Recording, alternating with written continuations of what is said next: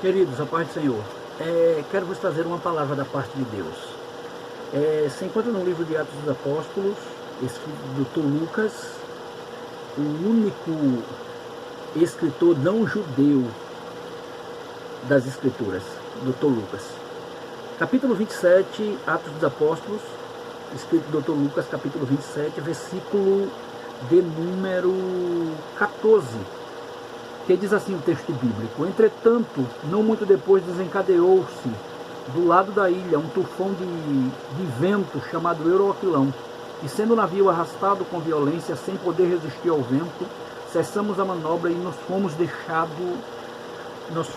deixando levar. Queridos, esse texto aqui está falando sobre uma viagem que Paulo está fazendo como preso para ir ser julgado em Roma. Diz o texto bíblico que essa viagem foi de mal a pior, para que no meio daquela tempestade fosse perdido todas as provas, tudo de acusação que havia contra Paulo e outros que estavam também supostamente no navio, outros que faziam parte da tripulação.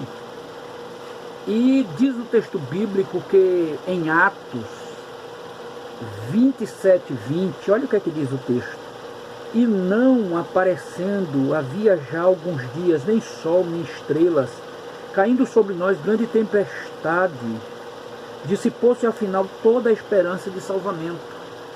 Observe que toda a esperança foi dissipada, eles perderam a esperança. Então havia naquele navio uma instabilidade muito grande. Aquele navio estava indo de mal a pior. Mas o texto bíblico diz em Atos 27:23, diz assim: porque esta mesma noite um anjo de Deus, de quem sou e a quem sirvo, esteve comigo. No meio daquela tempestade, no meio de toda aquela situação, eles querendo pegar bote, querendo sair do navio, querendo fugir daquela situação, diz a Bíblia que Paulo dá uma palavra para que ninguém saia do barco, para que ninguém saia da embarcação, porque não iriam sobreviver.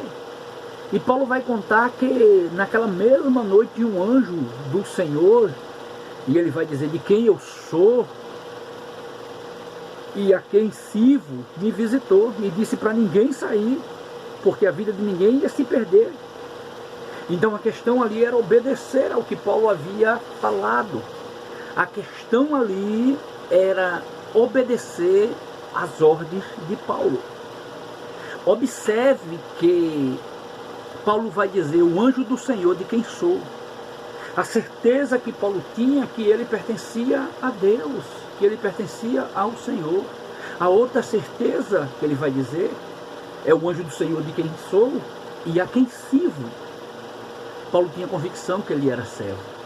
Como é importante no momento da tribulação nós entendermos que somos servos, reconhecermos que somos servos do Senhor, que servimos, ainda que você esteja em uma posição eclesiástica de destaque, ainda que você tenha recebido um título de destaque, mas eu quero te dizer uma coisa: nunca deixe de ser servo. Sirva ao Senhor com fidelidade, seja servo em qualquer área, em qualquer momento da sua vida, e como servo, sirva ao Senhor com excelência.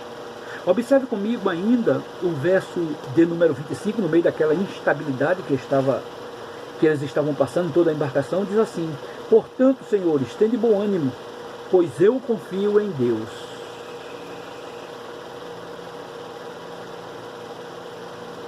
Que sucedera do modo porque me foi dito, porém é necessário que vamos dar a uma ilha. Observe que Paulo vai dizer, porque eu confio no Senhor. Queridos, é no momento das tempestades que a gente tem que mostrar confiança em Deus.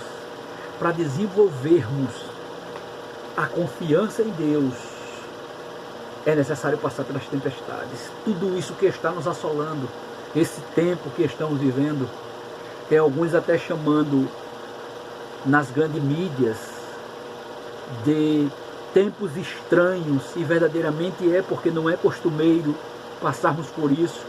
Nunca houve na história um tempo como esse, em que tudo se fechasse, em que as pessoas ficassem trancafiadas em casa, em que as coisas perdessem os valores, como tem perdido, as pessoas valorizassem a importância de estar no culto adorando a Deus.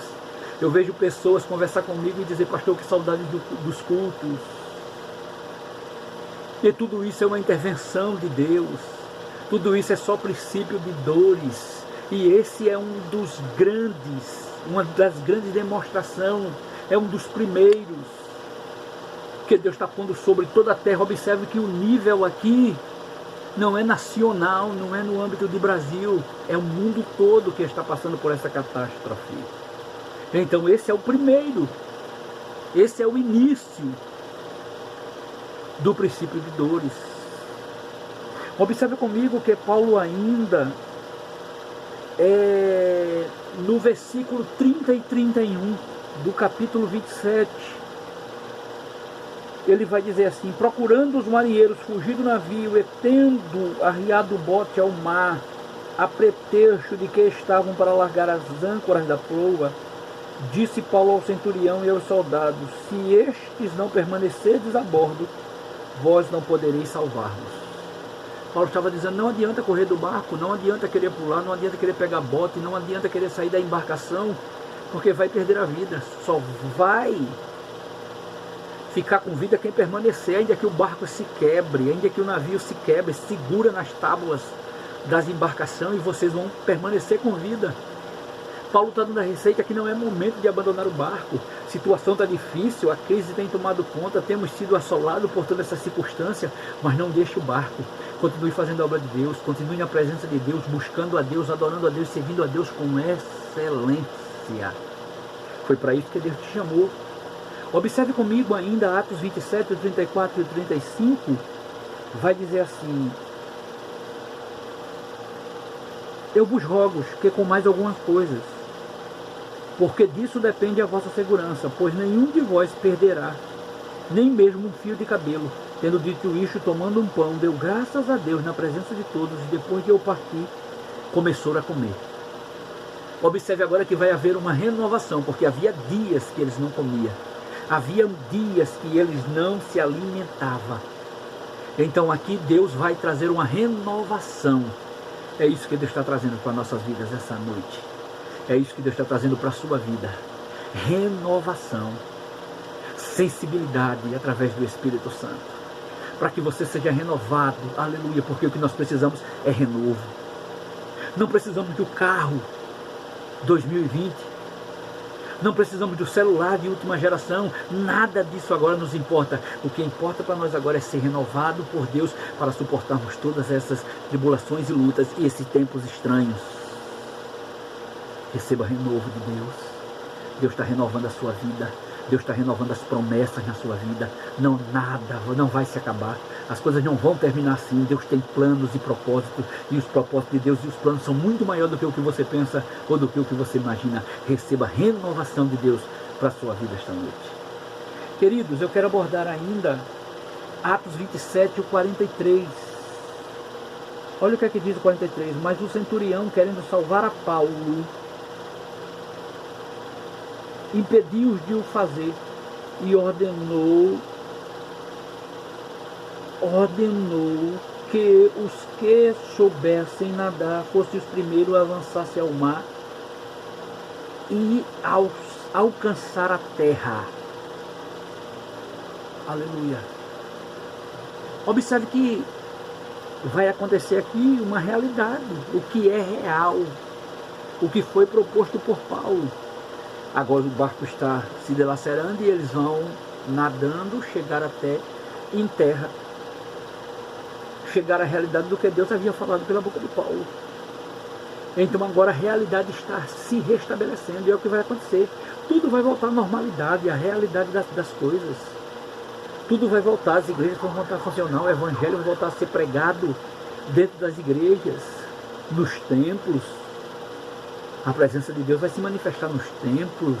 Nós vamos adorar a Deus, nós vamos louvar a Deus. Nós vamos congregar, como diz Hebreu, congregai-vos. Então esteja preparado para tudo isso. E saiba que não é o fim ainda.